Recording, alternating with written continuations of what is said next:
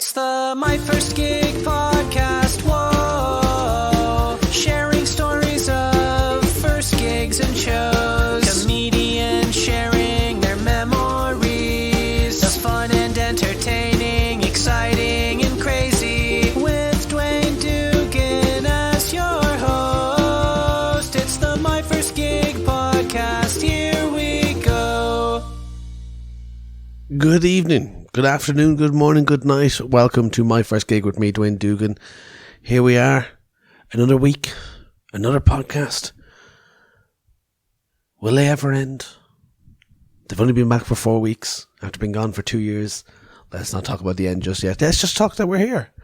But funny enough, this was the last podcast that was meant to happen in 2020. So this is a isolation interview, 8 weeks into the pandemic, and it's with my guest Rhys James today. So it's a bit of a strange one. I was editing this so that the files got corrupt, but I've learned that if I chucked them, if I put the MP3s or the WAVs or whatever they are onto an SD card, put it back into my Zoom, played it through, and then put it back on my computer, guess what? It worked. So thankfully I saved everything, and then I sent Rhys an email being like, hey, how are you?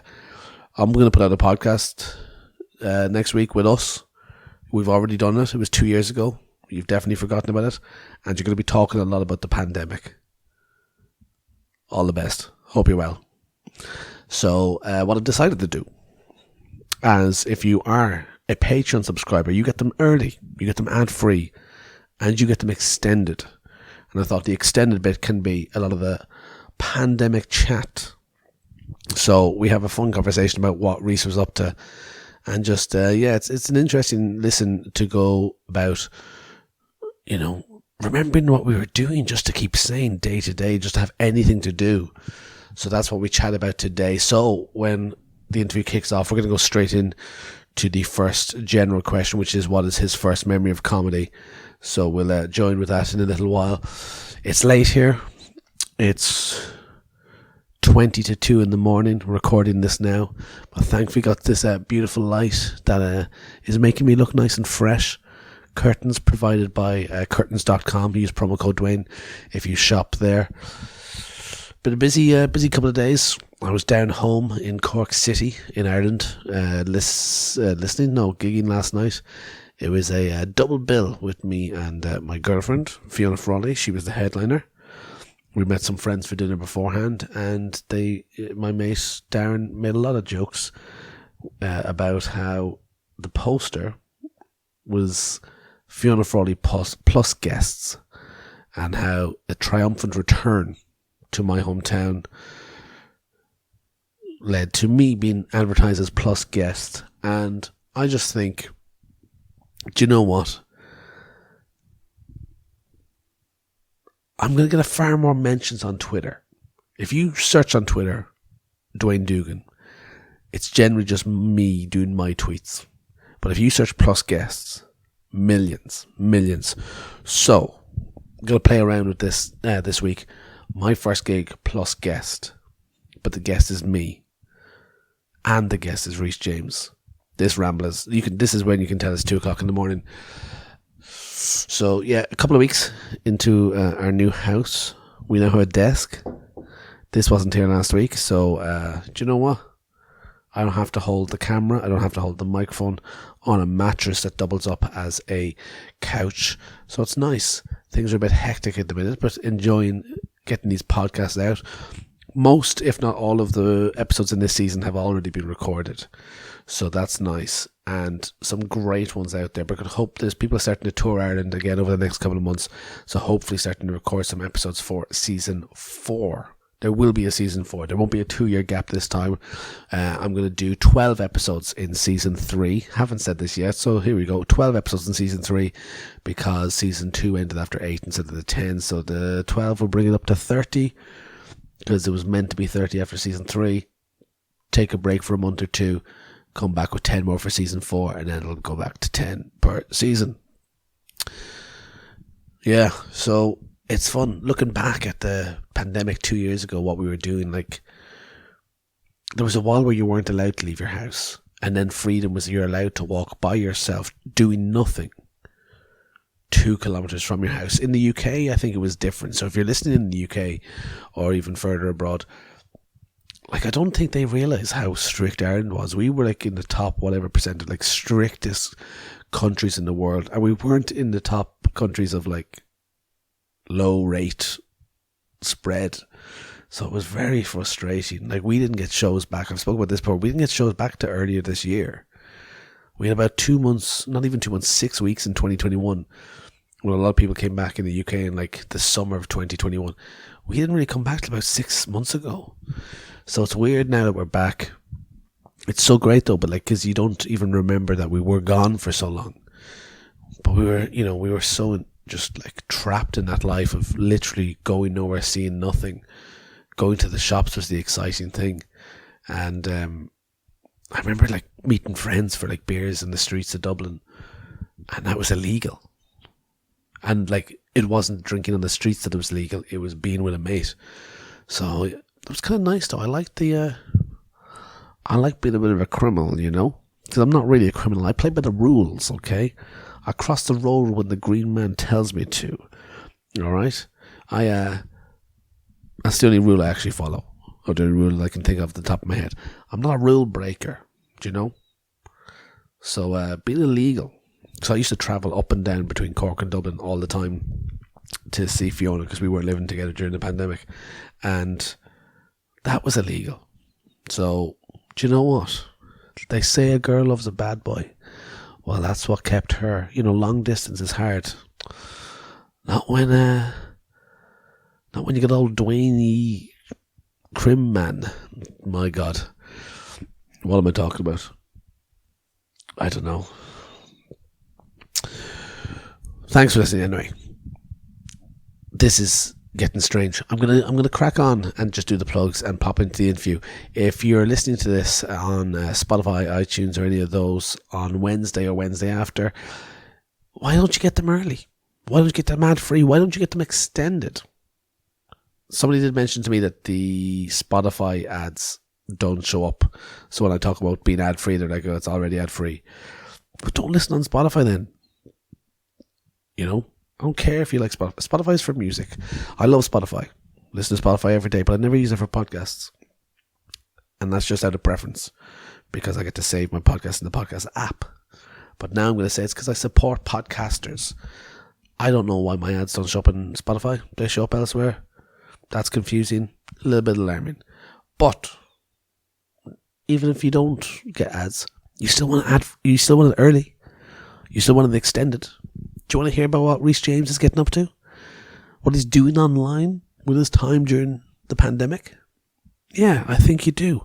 Head on over to patreon.com/myfirstgigpod. And for just €1 a month, you can support the pod. For €5 a month, you can be sound. Because look, it's €5 a month. Come on. All these other places charge you 15 quid. 5 quid. All right.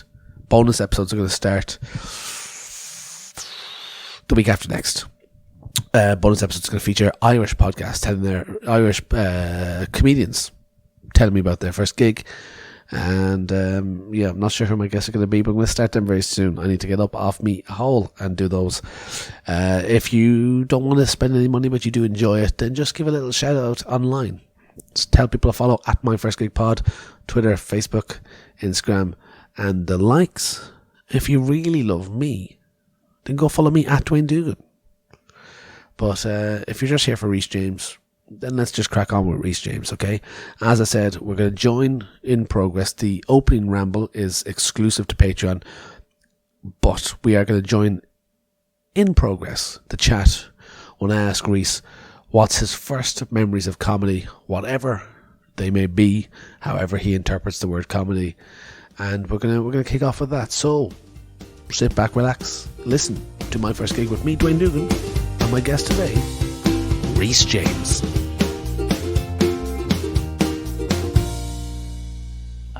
First memory of comedy in general. I mean, probably this won't be the first time, but the youngest thing was probably my dad used to always have the Monty Python albums in the car when we'd go on long journeys, and he'd always play these Monty Python, like of all the songs they would have in Monty Python's various films and sketch show, and they were massively inappropriate. for me being maybe 10, 9.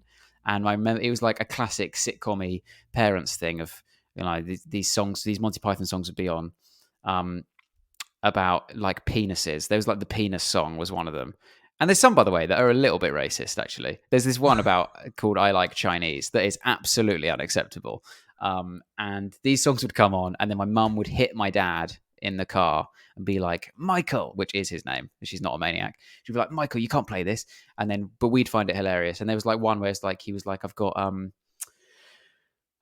50 million pounds in my pajamas. I've got 60,000 French francs in my fridge. And when you're 9 years old, I know that Monty Python are known for being funny, but when you're 9 years old, there's nothing funnier than that. I mean, that's the funniest thing in the world. It sounds insane. I know it's aimed at adults as well, but that I definitely remember just like losing my mind laughing at that sort of stuff. That's probably the earliest thing that I can properly remember. Also remember on a school trip once, a school trip where we did like a week away in a place called Tantroyd in Wales, where we camped. There was this talent show at the end of it, and a boy called John Richardson, not that one, decided he wanted to do stand-up comedy, and we would have been about 10 then, and he was telling just like old joke book jokes. And he wasn't really in our friendship group, but I remember him getting up on stage and like the jockiest jock of the school, like turning around to all the people where I was sat and said, what he's about to do is really brave, so make sure that you laugh, even if it's not funny. And it was so not in character and not in keeping with what every film and TV drama will tell you about the jock type character. I just didn't really understand that logic. And that man is my friend, and he has come to watch me do gigs and sat stony faced silent throughout them. So, I mean, it's fucking bullshit that he was so generous as a 10-year-old, and then suddenly, well, yeah, now he thinks it's not brave if you're an adult. It's just delusional, I guess. But those are my earliest ones, I think. So my first stand-up gig was watching a fellow pupil deliver dad jokes in a talent show, and he did smash it, to be fair to him. So there you go. Did you enter the talent show yourself? I don't think so. Oh, actually, I remember I ended up on stage. There was like a group of my mates wanted to sing some song or something, which is just like, it was like one of those songs that just got sung the whole week. It was kind of a personal joke. I don't think I was really involved in the joke, but I do remember ending up on stage desperately trying to be involved in the moment and kind of like in the background singing along, but not really knowing the words to this song with all these guys who like, it wasn't really... It was one of those things of like, oh, these kids are just kind of hijacking this talent. They weren't really doing it for the talent. They were just like, oh, there's a stage. We can sing this song that we've been doing as a joke that no one else cares about. So I was on stage I was in the chorus of that, but just because I was desperately clinging on to any semblance of friendship. And possibly even just, that little bit of attention that absolutely might just come in handy later on. Yeah, exactly. So, like, when do you go see any live comedy before you decide to start doing it, or do you only start like, in comedy clubs or whatever? Well, I went to see touring comics. So I started quite young. So I did my first gig when I was 17. So I couldn't really go to comedy clubs because they're pretty much all in pubs, or they just like have a bouncer or something. So I didn't really do that. I definitely went to see touring shows when I was in my teenage years. I went to see Milton Jones with my dad. He got tickets as a Christmas present, and I went with him to see Milton Jones. And I went to see Ross Noble when I was like 14. It was like quite local, and I organized a trip of like 10 of my mates to go and see Ross Noble, and definitely loads of them hadn't heard of Ross Noble. Like he was big, but he wasn't like, proper household name. Everyone knows this man yet. So we went to see Ross Noble and Milton Jones, two very different comedians. And I remember at Milton Jones's gig just being really excited by the fact that I knew who the opener was. It was Chris Martin, and I just was so buzzing. I was like, I know who this is, because I was obsessed with comedy by that point. I don't think I'd done a gig yet. I was probably 16, but I sort of knew I want to get into stand-up. So I'd done all my research, and I listened to everyone's podcast. And this is back in the day when a podcast is quite a weird thing to have. Not like now when we all have them, Dwayne. You and I both. Too many of them. Exactly. Too many of them. Turn this off right now. Yeah, good point, actually. Let's get rid of them. But yeah, so I just knew him from his podcast with Carl Donnelly, and I'd watched some of his clips on YouTube, and it was just really exciting that I knew the opener. And then beyond that, there was one gig I went to at the Good Ship in Kilburn, which is no longer there. Well, the venue's still there, but the gig's not there anymore. Back then, it was called the Porthole Comedy Club. and I remember that Jack Whitehall was doing an Edinburgh preview, and I didn't really have a concept of what that was. I was just about to try and do comedy, I think. Or maybe I had done a gig by that point. It was either like the week I did my first gig, just after, or it was like the week before. But I emailed in advance to the promoter to say, me and my mates are 17. Can we still come? And he said, yeah, just don't tell anyone you're 17. It's not. He was like, it's pretty low key. No one's going to bounce you, but just keep it quiet. And then we got there, and I wanted to watch Jack Whitehall do this Edinburgh preview, and Doc Brown was on, and I'd seen him before, and I thought he was great. He hadn't done any telly yet, but I just knew he was great. And then we went to watch those two there, and within about 10 seconds, he was there was only about 10 people in the audience, and this guy who was the promoter was comparing it, and he said, "What's your name?" And I said, "Rhys." And he said, "Oh, you're that 17-year-old that I told to not tell anyone he's 17." And I was like, "Oh, good. Well, that's handy." But then obviously the venue were just like, "Yeah, whatever. There's 10 people. We're not going to kick out 5 of you."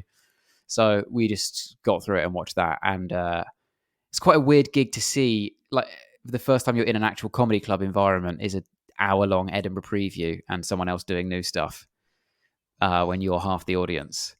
But I don't know, it was quite useful given that is what so much of it is. You know, it was at least like an honest reflection of what I was about to step into. Yeah, and it's nice being able to picture that. I spent a year in London and I lived on the Kilburn High Road, and when I heard that the Good Ship was there, I was very excited, went up. Exactly. And it was right. it was Edinburgh previews as well. I saw Fern Brady's Edinburgh preview. It was like 1 p.m. on a Sunday. And then I think like a week or two later, they upped and moved to Camden. And I was like, that's a good sign then for the local area. Yeah. But... Well, I lived there as well. So I lived there for like 3 years. Not on the Kilburn High Road, but just off it, technically in Willesden Green. But it's basically just up that road and then a left. And so I would always, when Ben Vandervelde was running it, he would often call, I lived with a comedian called Adam Hess. He would often call one of us if someone dropped out last minute and say, shit, can you run down to the Good Ship and just do new stuff because no one's here? And I think Adam did it a few times, but pretty much every time he phoned me, I was just like true to form. I was just like, oh no, I can't because I hate gigging. So you're saying you're obsessed with comedy. You know, you go see Milton Jones. You know, the opener. You know, you're searching out these local comedy clubs. At what point do you stop being a fan of comedy as you're kind of getting older in these teenage years and thinking, I might actually go do this myself? So there's a couple of things that led to that. So the first one is I ran for head boy of my school in sixth form purely because I wanted to do the speech. So I didn't want the job. It wasn't really a job, was it, being head boy? But I just did it because I knew you get to stand in front of all of the sixth form and deliver a speech, and you know, I've got a captive audience and they're exactly my demographic. So surely I can make this funny. So I just wrote a funny speech. That's all I cared about, was writing a funny speech. It was a funny speech. It was definitely really funny. What was embarrassing about it is I was so nervous that I did it in someone else's accent. And that's awkward because everyone in that room had known me for 10 years. So everyone knew that I spoke like this. But when I stood up, I was basically went, hello, mates. I want to run for your head boy, because I was really into Russell Brand at the time. I thought Russell Brand was so exciting. He was pretty new. He'd like presenting Big Brother or whatever. And I just sort of just instinctively, my voice just went to, here's the reasons I'll be a good head boy at this school. And then afterwards, everyone was like, that was really funny. What was that voice about? Was that? And I was just like, I was just parodying. And then I would just sort of tail off. And people would just be like, oh, okay. I didn't win head boy. It went to someone who did a very earnest and genuine speech, who made actual promises. And that person was John Richardson, who had done stand-up at that school trip just 10 years ago.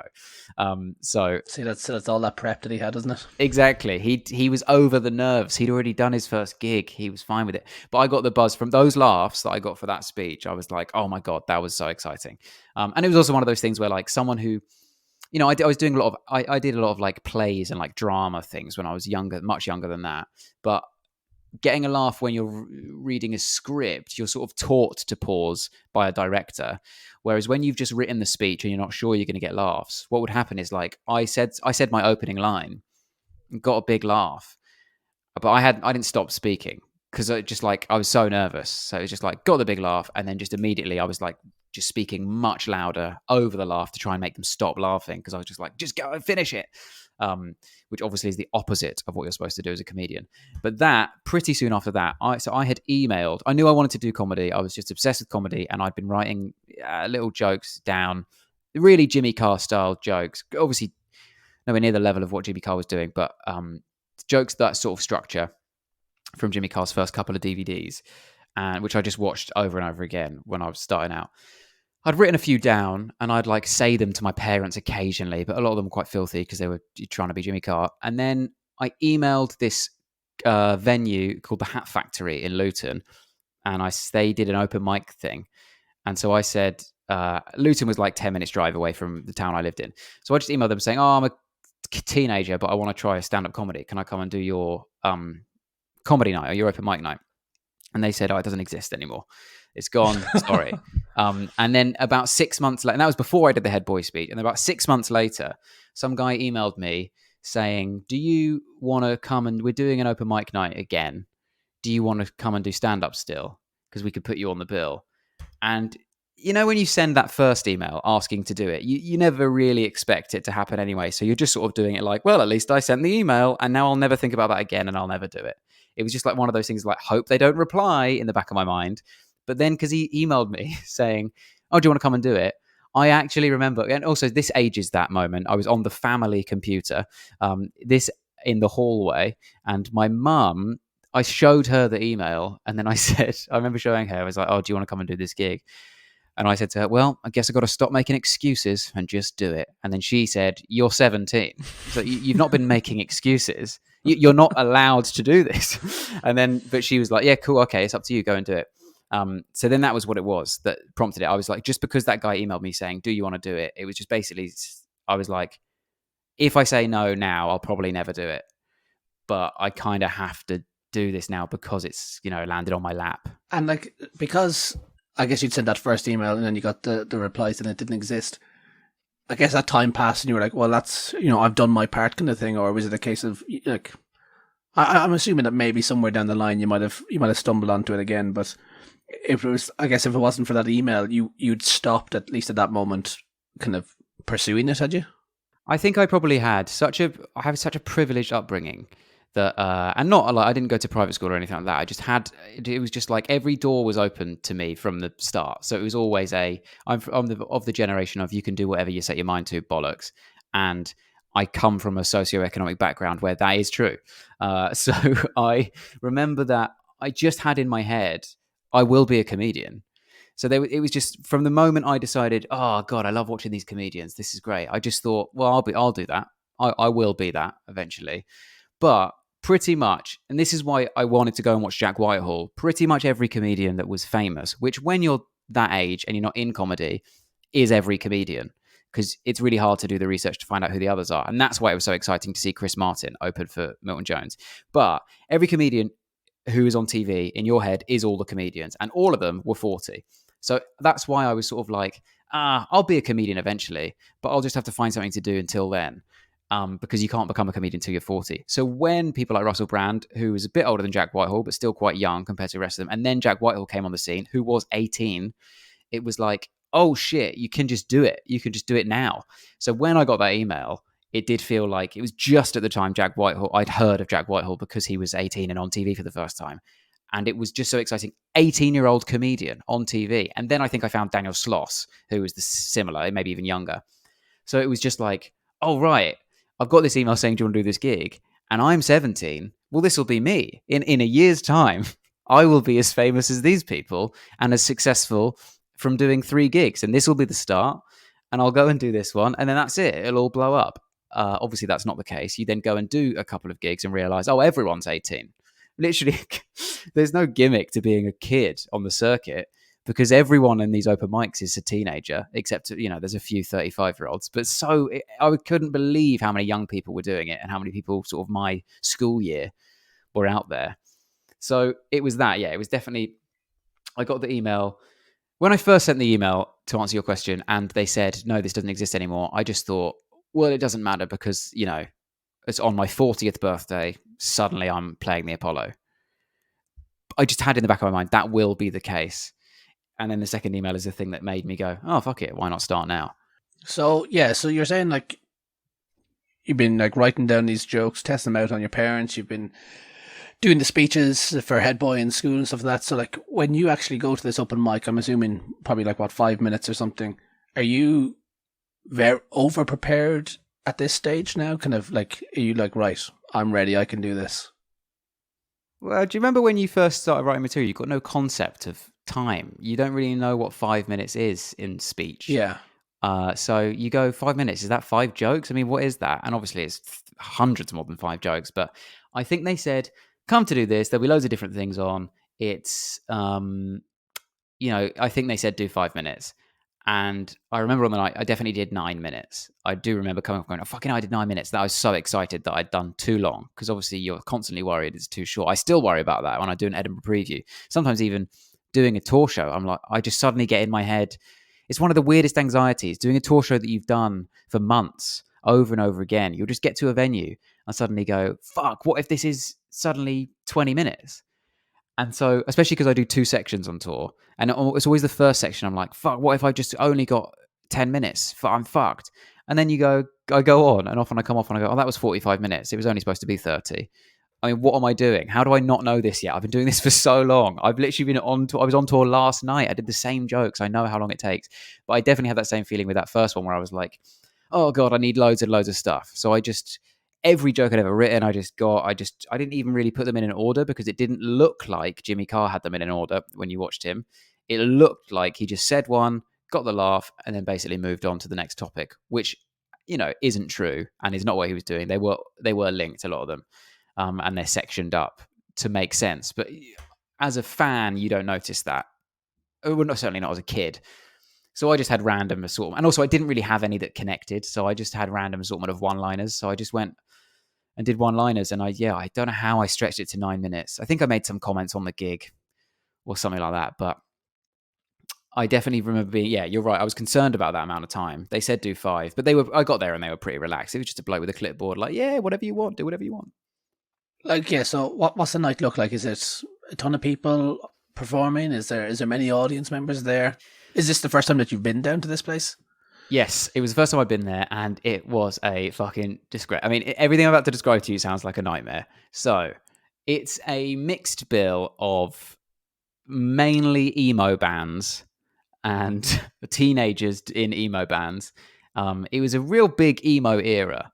There was the scene kids, is what they were called, where I was. Scene, and like it was really like everyone like black hair, kind of. It was like the MySpace era, so that high angle black hair, eyeliner, guy liner type era.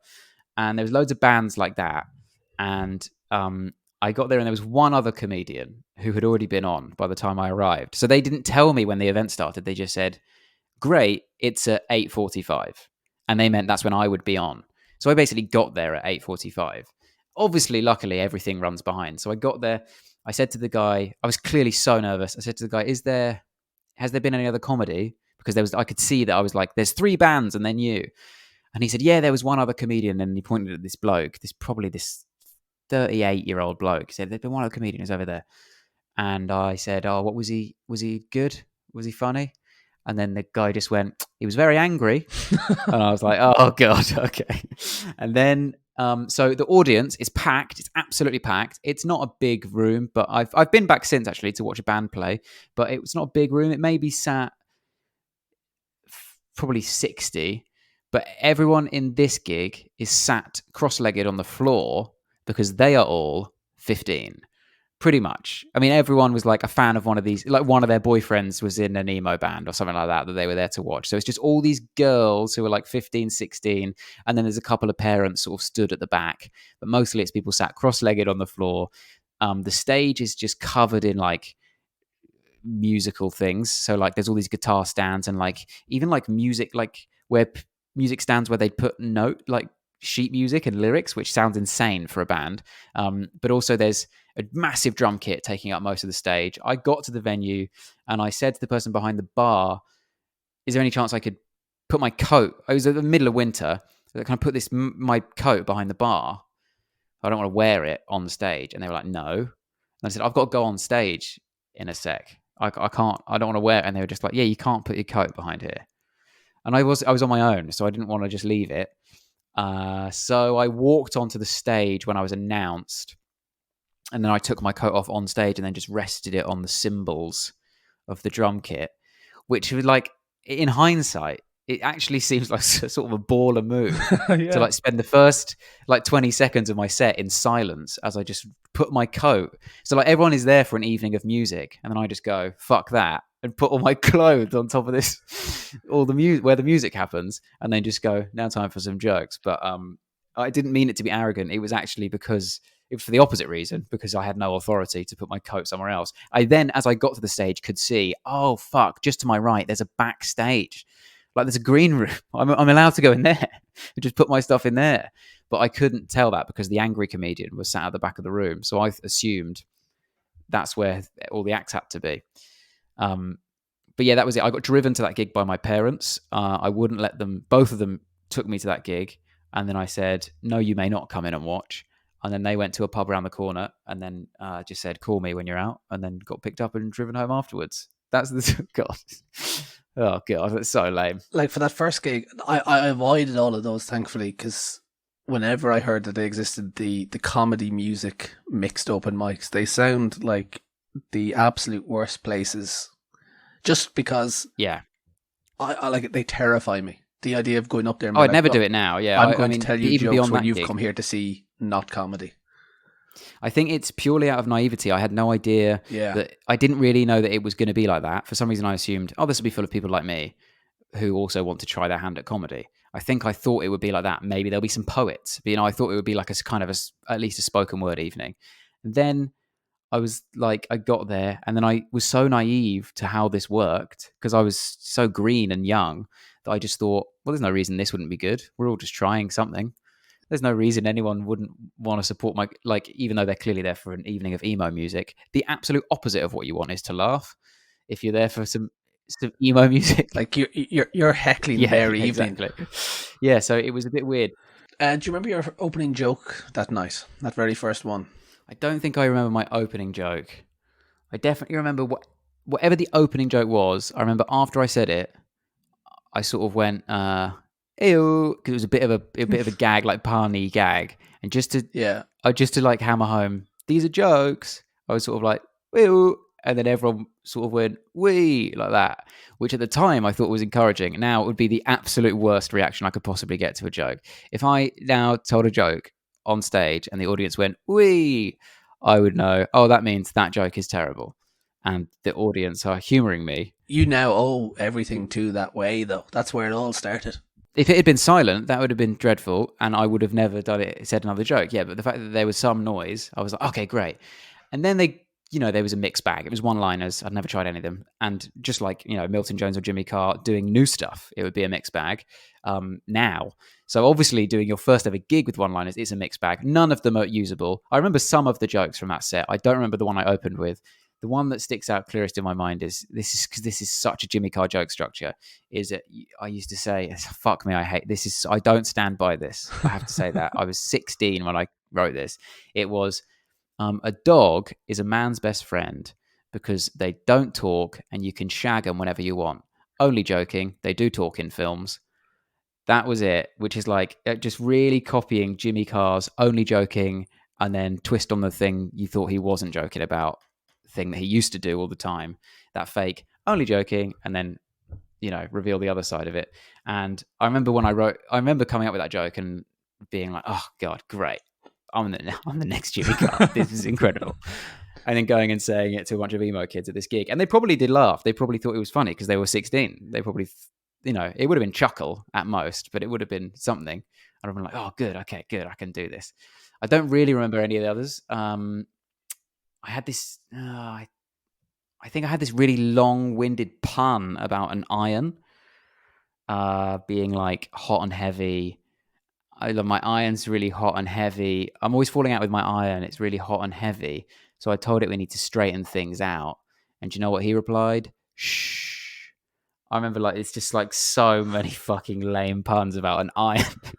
And also this is the same comedian who just told you that he fucks dogs is now doing this really sweet pun about irons. It's like, well, what are you? You haven't got a voice. What image are you presenting? What's the character here? That would have been definitely a wee rather than a laugh, I imagine. Well, getting away from getting like the reaction of them just going way to you, if there are a bunch of emo kids going to see music, that sounds far more encouraging than I guess they would be. So like, for it, all in context and for what it was, did it go well? Yeah, I mean, I've certainly had worse gigs than that in the last year. It was great. I mean, it felt like. I mean, if I watched it back, I would know this went terribly. Obviously, this went fucking awfully. But on the night, I came off and I was like, "Fuck me, that couldn't have gone better." And actually, even the other comedian who was there was like, "Sorry, that was your first gig. I mean, that was amazing." I mean, clearly that comedian was fucking terrible. I didn't see him, but clearly from the feedback, he was like, "What?" And then he was like, "God, that was brilliant." And then even the promoter was like, "Fucking hell, well done, mate." I mean, like, every time a comedian comes here, it's normally absolutely awful. But that was all right. And I was like, okay, great. I mean, that's all you can hope for. So it definitely went well. Like, in the context of the evening and it being a first gig and all that sort of stuff, it went well. In any other context, it was obviously awful. But I definitely remember, like, there was a big round of applause at the end. Everyone's faces in the audience I could see, because it wasn't lit like a proper gig, and I could see that everyone was very encouraging, whether they actually liked it or not. But they were teenagers, so you wouldn't. It's not like they were, just being kind, because it's an honest age. So they would have been going, "This is shit," to each other if they really thought it was shit. So they seemed like they liked it. And then I remember, obviously came off and then absolutely buzzing. And then of course was like, right, well, I've done one now, so I'm ready to, be playing stadiums, I think. Well, it sounds like either they were very encouraging, or maybe before you arrived, the MC went up and said, "Now look, this is very brave. No matter what happens, you must laugh." He just went over, "Have you heard of the Make-A-Wish Foundation?" So that's it. Like, one gig down, are you like? Because I know you went to college, but like, are you now going, "No, this is it. I'm going to keep doing this now"? Yeah, I went into school the next day, and I had a couple of mates. So like, I was always writing stuff before that. So like, I'd sometimes, I'm the sort of fucking loser who in sixth form would like to ask certain friends who was, there's like people who at school are funny, but they're just funny because they like being funny. They're not desperate to be funny. So a lot of them like now just do such boring jobs because they never needed to be funny. They just liked being funny. But I always needed it so much that if they were funny and we got on and were friends, I'd be like, right, this weekend, come around to my house and let's write a sitcom. And then I'd like make them come around. We'd sit there for half an hour trying to come up with characters. And then obviously they get bored because that is boring. And they'd be like, "Can we play football? Because we are young." And I'd be like, "Oh, but we need to get this done because we're going to be stars." So I was the sort of person who would do that. So then I came into school the next day and I was like, told all those kind of mates, I was like, "I did stand-up comedy last night." And then obviously that word got around the sixth form common room quite quickly, and people were like, "What happened?" And I was like, "Oh, I did this gig last night. It was mad. I was so nervous, but it went well." And then I had a couple of mates talk to me and be like, Can we come watch? Can we come watch?" And I think maybe 5 gigs in, I let them come watch. And they always used to talk to me weirdly. I remember about what I should wear. So a lot of them were like, "What are you going to wear? What are you going to wear tonight?" Like, if I was still at school and then I would go and have a gig that night or something, and they wouldn't be coming to it, but we'd be talking about it and they'd always be like, "Oh, what are you going to wear?" And I even remember my mate Cal saying, "Oh, you should." I had this like kind of tracky jacket that I would wear, and people didn't really wear them where I was at the time. And he was like, "You should wear that tracky jacket because no one else wears that. So you'll stand out and you'll have an original image." And I didn't do that. And it took me 8 more years of doing comedy to think I should have a more original image. I mean, I still don't have an original image, but I definitely the thought has now crossed my mind. And I spent 8 years having been given that advice 2 gigs in by a 17-year-old. I ignored it. And then later on was like, "Oh, fuck yeah, quite a lot of people have a really unique image and style for this. And I really don't." And I was like, "Oh, I should have listened to Cal and worn a tracky jacket back in the day and just made it my thing. Now I'd be comfortable doing it." And then, I was like, pretty much after that. So what I did is I just looked up what everyone else did. So I was like, the good thing was that Jack Whitehall, going back to Jack Whitehall, he was so new when he got on TV that all his credits, like on his website, were for Amuse Moose competition, Laughing Horse competition, So You Think You're Funny, all those things.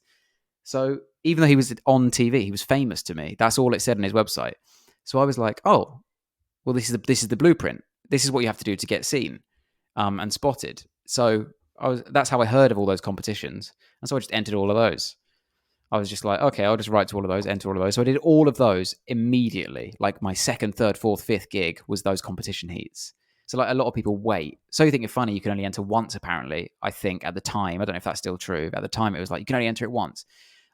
So loads of people would, if you mentioned it, were like, no, I'm going to wait till next year when I'm a bit better. Whereas I was so like, no, right now. Come on, let's start. I want to be doing big gigs on my own. So I entered it immediately. And I remember like scraping through the heat and then obviously being fucking terrible in the Edinburgh heat when like you got through to the next round. But that's all that a lot of my first gigs, a lot of my only gigs for ages, I didn't really do many open mic things before I left and went to Manchester to go to uni. So all my early stuff was just in London, was just competition heats. Must have been very friendly when you actually start going out and doing, I guess, normal gigs, should I say, like not competition style. Speaking of those early days, though, in the true lovely nostalgic spirit of those early days, any horror stories that you remember? One major one, which is I did a gong show called Stand Up and Deliver. I want to say it's Stand Up and Deliver. And essentially it was a classic gong show, last 5 minutes or whatever.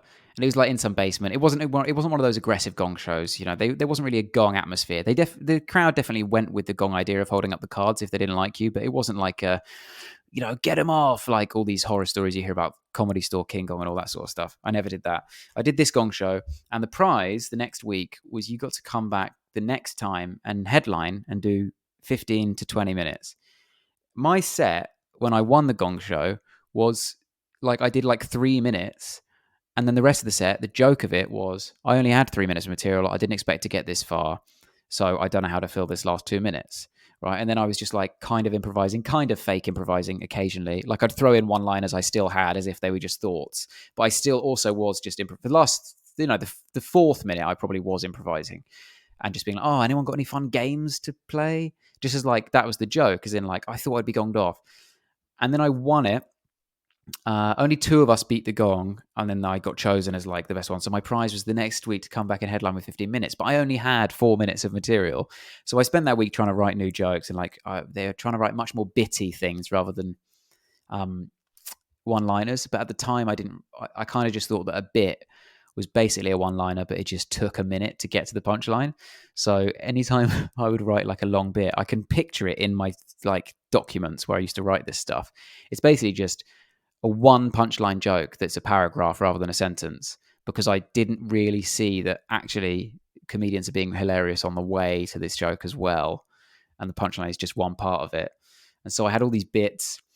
Anyway, I went and did this gig, and I got there, and the standard of the gong show that was on before my headline set was so much higher than the week before. And it was a lot of comedians I'd heard of from, getting to finals of competitions the year before and just like being way more experienced than me. And then, so they were all there and they stayed and watched me have one of the worst gigs in the history of comedy. And also I've been bragging at school, like I'm headlining this gig. I'm already headlining. Like I've done 6 gigs and I'm now headlining. This is crazy. And my Facebook status or MSN name, whatever it was probably like headlining tonight. And went into this gig. This time I did think about my image. I wore this. I had a wristband, like a bracelet-y type thing. Fuck me. I've never worn one of them in my life. I think I bought it for this gig. As I say, Russell Brand was very popular at the time. I bought it for this gig, never wore it again. And I wore a big, clean white t-shirt that had the Jaws poster on it. and at this age, by the way, I had really big like hair in a Russell Brand, in like a Noel Fielding way.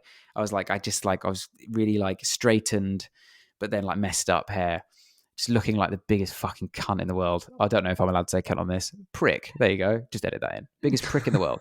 And then I went on and I opened like, hey, and then I was like, yeah, I'm going to tell you some jokes. And just like really overly confident, and then just died so fucking hard, like played to, but I was no longer, so they were a gong show crowd, but they couldn't gong me up. And I was then dying so hard. And a few things happened that are terrible, which is one, I was like, oh, fucking hell. Yeah, this isn't going well. So then I just went, any questions? And then a guy just went, what are you going to do on your gap year? And I hadn't said I was doing a gap year or anything. I clearly just looked that age, and I was that age, and it smashed it when he said that. And I was like, oh, for fuck's sake. Okay. And then I also had seen Stuart Lee's Comedy Vehicle the week before, and he did that routine about Del Boy falling through the bar, where he spends about 5 minutes lying on the floor going, "It's the funniest thing in the world, Stu. He falls through the bar." And me, being a fucking idiot who doesn't understand comedy, thought that the joke there was that a man is on the floor. So midway through this set, where I'm dying on my arse, I just lay down on the floor and then just started speaking to them from the floor about how badly it was going. And it was fucking awful. It was obviously, it was terrible. And I got up and everyone was like, "Fucking hell, you did the time. So fair enough. I respect you for doing the time." And I was like, "Oh, really?" And the promoter went, "Yeah, you did the time, mate. And another like 15 minutes." And I'd done like half an hour. Wow. when I really didn't need to, yeah. And that's me, the person who's scared of underrunning all the time, overrunning in an absolute car crash. And that was really early on. That was really like 5-6 gigs in. So that really dented it for a bit. That's typical kind of naivety there when, you're worried about filling 15, so you do twice as much at the time. Yeah, and also just arrogance of being 17 and like I hadn't had a bad gig yet, and I was just like, oh, I'm just brilliant. I'm just always going to smash this. I just wrote these gags and just everything's gone well, and now I'm headlining already, which is not what that means. To headline if you win a gong show, that's not being a headliner at all. It's just going on last at an open mic. But that's how I interpreted it because I was just 17 and just cocky and just like, oh, I can do anything. And then just, I needed that to happen. I absolutely needed that to happen. But at the time, obviously hideous. So, yeah, we'll turn the tables now and maybe go a bit more positive. Remind me the name of the club in Luton, that first one. It was a hat? The Hat Factory. The Hat Factory. So you've arrived. You've nowhere to put your coat. There's the angry comedian. Was very angry. Tons of kids on the floor, sitting cross-legged. You're about to go on stage. If I could take you today and put yourself back there and give yourself a minute or two, what do you think you'd say to yourself looking back now? Oh, that's an interesting question. I think it would just be, to be honest, I probably said this to myself at the time. It would just be, you got to do this, and it's good that you're doing it now, because if you don't do it right now, you will wait another 10 years. But you can get that 10 years out of the way. So I'd just be like, if this is ripping a plaster off, just do it. It doesn't matter. You're never going to see anyone in this room again. So who cares? Just go and say what you want to say. But I would be like, maybe don't go ayo so much, and make sure that when you put your coat down on the drum kit, you clarify that it was purely for logistic reasons and wasn't a power play. Well, look, that's a great place to leave it. Rhys, thank you so much for chatting about your first gig today. Oh, thanks, mate. Thank you so much for having me.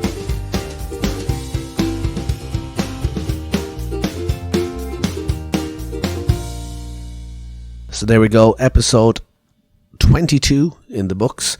Rhys James, thank you for recording it over 2 years ago and waiting so patiently in the vault. He himself was waiting in the vault, and now he can finally go home. I'm sure his girlfriend and his family are delighted to have him back. And look, I was delighted to have him for all that time. Rhys is fantastic. You've probably seen him on TV. One of the bigger, more prominent names on Mock the Week in recent years, as it just begins its final season now. Fantastic comic from the UK. He's just announced a tour called Spilt Milk, and all of those dates are on rhysjames.com or .net. I'm going to do that thing where I pretend going, hey, edit in here. Rhys James, search it online. His tour is kicking off all over the UK next year. If you want to support this podcast, go to patreon.com/myfirstgigpod, and for €1 or a $5, support this pod and get early episodes, ad-free episodes, and extended episodes, and bonus episodes coming soon to My First Gig. I'm Dwayne Dugan. Follow me at Dwayne Dugan. Let's just, we've been here a while.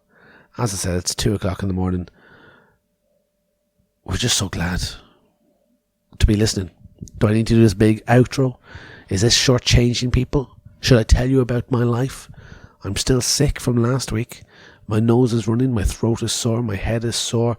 I think I broke my toe. I was on a stag and I woke up and my toe was sore, and then I came home and my toe was blue. Did I kick something? Did something kick me? Who knows? I'm not going to go to the doctor to look at my toes, though. It's just not going to happen. I've got hairy toes. Like the hair on my toes is the beginning of the hair journey that if I don't shave my neck, my toes, the hair goes right to my head. Is this information you want to hear? Like, you've already sat through this entire podcast. If you're on the commute now and you're going to go, right, that's that interview, I'm going to wait for my podcast app to roll to the end of this, and then I'm just going to crack on to the next podcast I have downloaded. But yet this mother flipper is chatting about the hair on his toes and how it connects to his head. Then maybe, maybe you're not the listener for me. And maybe I'm not the host for you. But guess what? So many people are in loveless relationships. How about we just be another one of them? Do you know? If you're loving this, well, thank you. I don't even need to tell you how much I thank you, because we just have it, we just feel it. But if you don't feel it, pretend. Or I will show you my toes. That's a good place to leave it. Before I leave it, let me tell you about next week's guest. I see, until I say this, I don't know who next week's guest is going to be. As I said, they have been all recorded, so I just need to go into my Rolodex and think about who's the next guest. And I've decided now, tune back next week. See, no one listens to this end bit, do they? But those who do, you get this little sneak peek. So don't tell no one. Don't tell no one that next week, next Wednesday, or next Monday, if you're on patreon.com/myfirstgigpod, or next Tuesday, if you're on patreon.com/myfirstgigpod, but you pay the cheaper one, my guest will be none other than Mary Beth Barone. Recorded at the Paddy Power Comedy Festival in Dublin this year. Great podcast. Very funny comedian. Did a show with her and she absolutely rocked it. Was the only import on a show of Irish, and generally that's a far more kind of like Irish audience or like Irish leaning audiences, so it's extra hard to break through that barrier, and she did it with ease and was fantastic, and the chat was fantastic also. So tune in next week for that. But until then, I've been Dwayne Dugan. I'll try to stay being Dwayne Dugan, and you and me will meet back here next week, and I'll see you then. Goodbye, good night. Mwah. Love yous. Platonically. And sexually. Does that affect my ad saying sexually? We'll see. Toodaloo. It's the My First Gig podcast. Whoa.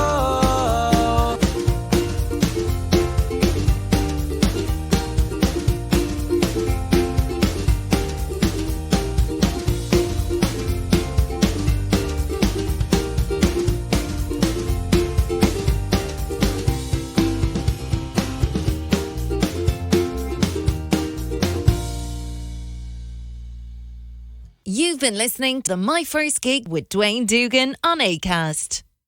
Follow online at My First Gig Pod or at Dwayne Dugan. For classic episodes, ad-free, early access and more, head to myfirstgigpod.com. This is My First Gig with Dwayne Dugan, powered by Acast. Enjoy.